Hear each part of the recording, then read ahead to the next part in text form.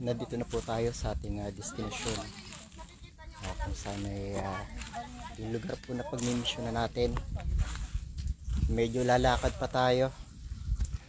Lakad pa tayo ng mga namin. Lalakad po tayo ng ikapitong bundok lang naman. Umpisa na po natin paglalakad. Yeah! Tan tan taran. O, lakad. Ikapitong bundok pa yung lalakarin natin. Grabe ka naman, 10 pa.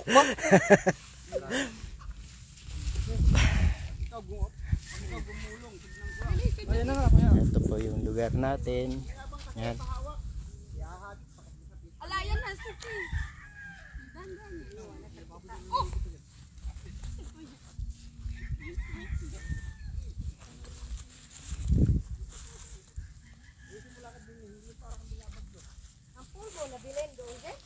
Alam nyo po sa mga ganito po mga pag-mission, ang kailangan lang po dito ay sipag, tiyaga, determinasyon na tayo po ay makasunod,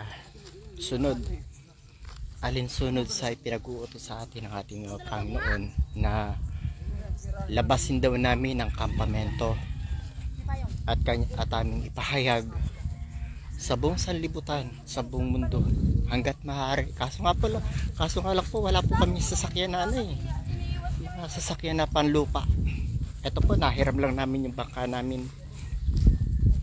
Kung meron lang po kaming sasakyan na pwede namin magamit, sa bawat tao po na humihingi ng tulong sa amin, mga lugar na pwede namin pagmisyonan, pupuntahan po namin yan dahil utos po yan ng Panginoon sa amin na labasin namin ang kampamento at aming ipangaral ang kanyang ebanghelyo sa lahat ng kinapal.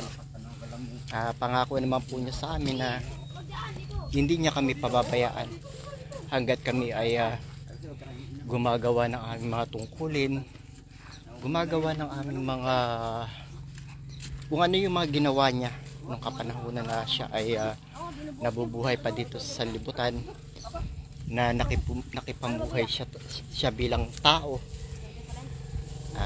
Hanggat ginagawa mo yung kanyang mga ginawa, yung kanyang mga gawang ginawa ano ba yan, ay sabi niya, ako'y sumasa inyo palagi hanggang sa katapusan ng sanlibutan. Kaya po kami, kahit saan kami bumaroon, kahit saan kami magmisyon, hindi po kami nangangamba. Alam po namin na kasama namin ang Panginoon saan man po kami pumaroon. Kung meron man po kami mga taong nagagamot, siya po yung nanggagamot nun, hindi po kami. Ginagamit lang po niya kami dahil tandaan po natin lagi, ang Panginoon ang tagapagpagaling ng lahat ng mga may sakit. Siya po yung dakilang doktor at siya yung dakilang manggagamot na dapat nating sambahin, dakilain, purihin, magpakailanman. Ito pong ginagawa namin hindi po para ipakilala yung aming mga sarili.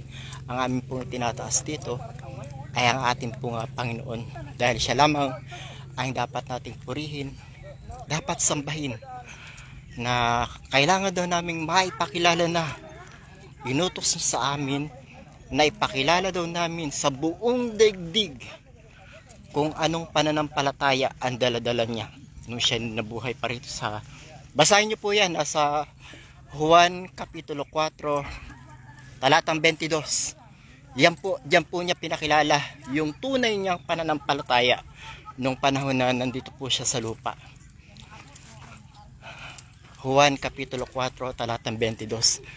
Sana po sa lahat po ng mga tao na patuloy po na nakikinig ng matunay na aral ng katotohanan dito po sa Kaharian ng Langit, patuloy lang po kayo makinig, dahil lahat po ng mga inaaral namin sa inyo ay pawang katotohanan at katotohanan lamang kung paano nangaral ang Panginoon nung panahon na siya narito sa lupa.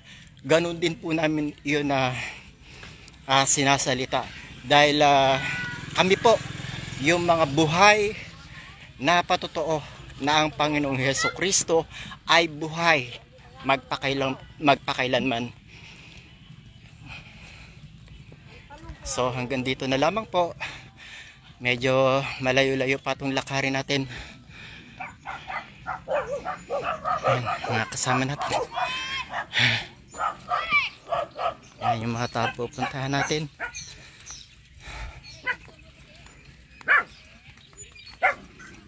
Ang lahat po ng papuri, pasasalamat, paggalang, pagsamba ay ating po nga tinataas sa ating dakilang Ama. Siya lamang ang dapat nating paglingkuran. Siya lamang ang dapat nating purihin, sambahin magpakailanman. Purihin ang nagsugo, hindi ang mga sinugo. Yan ang laging binabanggit ng ating kapatid na Lady Min. Pero sana kailangan din nating malaman na kapag kayo ay naniwala sa mga sinugo, ang inyo pong pinaniniwalaan ay yung nagsugo. Ito na po. Ayan yung baryo na ating pupuntahan. So hanggang dito na lamang po at hanggang sa muli. Maraming salamat.